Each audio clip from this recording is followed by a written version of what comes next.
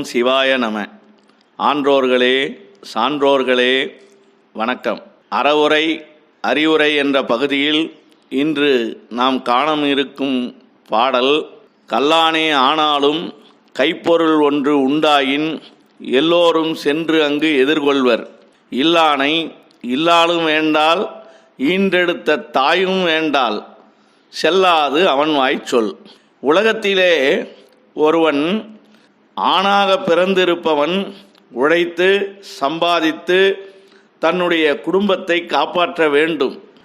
அவ்வாறு நடக்காமல் அவன் கைப்பொருள் இல்லாமல், அதாவது வருமானம் இல்லாமல் எவன் ஒருவன் ஊர் சுற்றி கொண்டு திரிந்து பிறர் கொடுக்கும் பொருளில் தன் வயிறையும் நிரப்பிக்கொண்டு பிறருக்கும் துன்பத்தை, துயரத்தை, தொல்லையை கொடுப்பவனை யாருமே விரும்ப மாட்டார்கள் என்பதை இதில் கூறுகிறார்.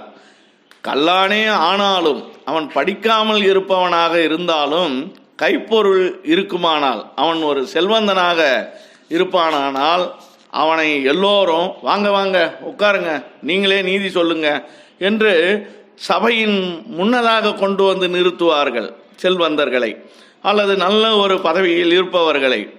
ஆனால் கைப்பொருளே இல்லாமல் ஊர் சுற்றி கொண்டு திரியும் ஒருவனை உதாசீனப்படுத்துவார்கள்.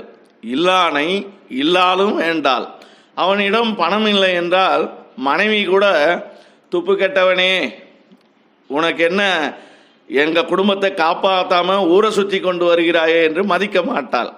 ஈன்றெடுத்த தாயும் வேண்டால், தாய் கூட நன்றாக ஒரு உழைத்து முன்னேறும் ஒரு பிள்ளையை பாராட்டுவாளே தவிர சும்மா சுற்றி கொண்டு இருப்பவனை விரும்ப மாட்டாள். தாய் கூட வெறுத்து விடுவாள். ஏனென்றால் உலகத்தில் இருப்பதே தாய் அன்பே சிறந்தது என்பார்கள். அந்த தாய் கூட வருமானம் இல்லாமல் இருக்கும் ஊர் சுற்றுப்பவனை மதிக்க மாட்டாள், விரும்ப மாட்டாள். செல்லாது அவன் வாய் சொல். ஒரு சபையின் நடுவே அவன் ஒரு நீதியை சொன்னால் கூட அவன் கிடக்கிறான் வெறும்பையன், அவன் பேச்சு ஒரு பேச்சா, அது பொருட்டா நினைக்காதீங்க, தூக்கி போடுங்க அவனை, அப்படி என்றுதான் ஊர் மக்கள் பெரியோர்கள் எல்லாம் கூறுவார்கள். ஆகவே நாம் உழைத்து சிறிதளவே நாம் சம்பாதித்து குடும்பத்தை நடத்தினாலும் அதுவே சாலச் சிறந்தது. உங்கள் அனைவருக்கும் இந்த நிகழ்ச்சி பிடித்திருந்தால் சப்ஸ்கிரைப் செய்து அனைவருக்கும் ஷேர் செய்யுங்கள்.